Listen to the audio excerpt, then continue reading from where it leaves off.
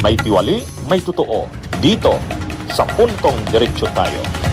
Punto Diretso. O mga kabunyo, naka-full alert ha. Full alert ang Philippine National Police. Ha? Yan po ay inanunsyo mismo ni Secretary of Interior and Local Government. Sabi na naman ng mga DDS, nakapod, call na, martial law na. Martial law na daw, mga kamote. Full alert, naka-full alert ang PNP sa buong bansa, sa buong bansa. Dahil dito sa nilabas na precautionary whole departure order kay dating Speaker Martin Romualdez at kay dating Senate President Chis Escudero. Miniting daw ni Secretary Junvic Rimulya ang mga area commanders ng PNP para alertuhin ito. Kasi sa posibilidad na baka tumakas palabas ng bansa itong sina Romualdez at si Escudero. Maaalala natin na nitong nakaraang araw, ang Sandigan Bayan ay pinagbigyan ang hiling ng ombudsman na ilagay ilagay sa precautionary whole departure order list itong si dating Speaker Martin Romualdez. At nung kinalaunan ng sumunod na mga araw naman, ang binigyan naman ng precautionary whole departure order ay si dating Senate President Chis Escudero. Naka-full alert ang PNP sa posibleng pag-alis ng bansa nila dating House Speaker Martin Romualdez at dating Senate President Chis Escudero. Sa programang Storycon ng One News, sinabi ni Interior Secretary Junvic Rimulya na nagkaroon sila ng command conference. Popostehan ng PNP ang lahat ng posibleng exit points ni Romualdez at Escudero pa-abroad. Idinadawit ang dalawang dating leader ng Kamara at Senado sa flood control scandal na una na nilang itinanggi. Sa ngayon, may precautionary whole departure order laban kay Romualdez kaya bawal siyang umalis ng Pilipinas. At sa papasok lamang pong balita, inilabas na ng Sandigan Bayan ang precautionary whole departure order laban naman kay Escudero.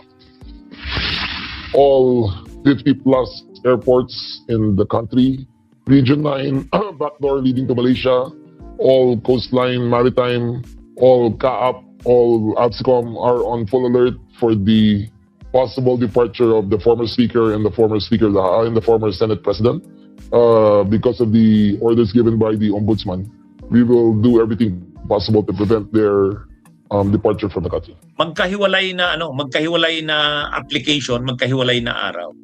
Ngayon, bakit ina-alerto ang PNP? Ay syempre, tinitingnan nila ang posibilidad na baka tumakas itong dalawang ito. Pero sinasabi naman ng kampo ni dating Speaker Martin Romualdez, hindi siya tatakas. Hindi siya lalabas ng bansa.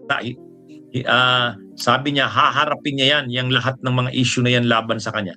Si Chis Escudero wala pang statement. Pero gusto lang kasing maniguro ayon sa PNP kasi nga maraming pagkakataon na natatakasan ang PNP.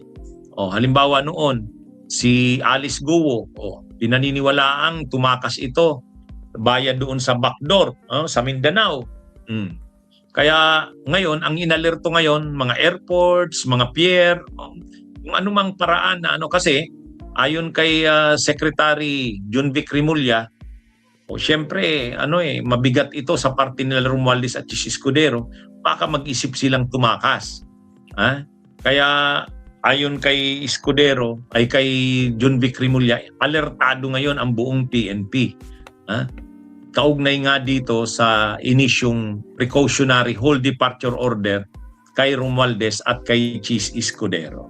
Anyway, itong sinasabi ni Junvic Rimulya ay totoo nga. Kasi si Junvic Rimulya, ang dami ng mga wanted sa mga fugitives from justice, hindi naman naaaresto Puro sablay. Si Bantag hindi pa naaaresto. Si Atong Ang hindi pa naaaresto. Si Harry Roque hindi pa napapabalik. Si Saldico hindi pa.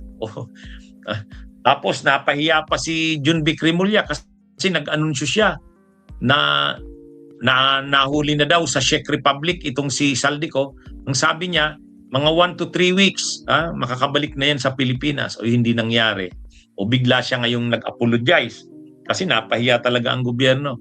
Pero anyway, okay na rin yan na naka-red alert ang PNP dahil nga para mabantayan, baka makatakas naman si Romualdez at saka Chis Escudero. So ang sinasabi ni Rimulya, ayaw na nilang maulit na ang mga may kaso ay nakakatakas sa palabas ng bansa. Tapos pag nasa ibang bansa na, nahihirapan ang pabalikin dito. O, tama naman yun. Maganda naman yung sinasabi niya na naka-red alert ang mga PNP.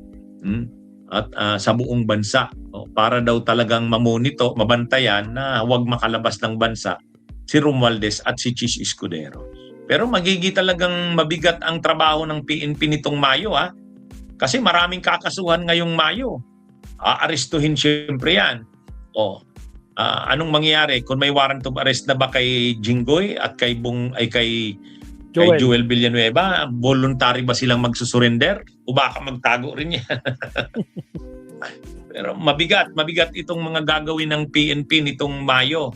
Babantayan nila si Chis Escudero saka si Romualdez na huwag makalabas ng bansa o kasi naka-red alert sila. Pero pag lumabas ang warrant of arrest, pag may kaso na si Jinggoy, si Joel Villanueva, aarestuhin din nila yan. Si Manuel Bunuan, mabigat talaga to. Grabe ang trabaho ngayon ng PNP. Itong summer na ito ay talagang mainit, maraming makakasuhan. Kaya naka-alerto ang PNP. Siyempre, mga big fish ito, mga malalaking tao to. Kaya sabi ng PNP, hindi madali ang kailangan nilang bantayan ito. Baka makalabas ng bansa. Pag nakalabas ng bansa, sakit ng ulo na naman. Hindi na mapapabalik. Ayan. So yan mga kabunyog ang balita, Red alert o naka-full alert ang PNP. Dahil sa paglabas ng mga precautionary whole departure order ng Sandigan Bayan. Naglabas kasi ng precautionary whole departure order ng Sandigan Bayan na hindi pinapalabas ng bansa si Romualdez at saka si Chis Escudero. Kaya siyempre kailangang ipatupad yan ng PNP, babantayan talaga lahat ng mga ports, mga airports. So yan. Magandang araw sa inyong lahat, mabuhay po tayo. Salamat, attorney. Bunyog, halika. Ayan, mabsat no. Nako po. Naka-full alert na ang mga pulis. Inaabangan itong sikat kung tatakas ito. Tragis na nakakabsat. Diyos ko, Lord Rudy. Nako po. Alright, puntahan naman natin si Kwan. Mabsat, countdown muna tayo. Wait lang. Countdown.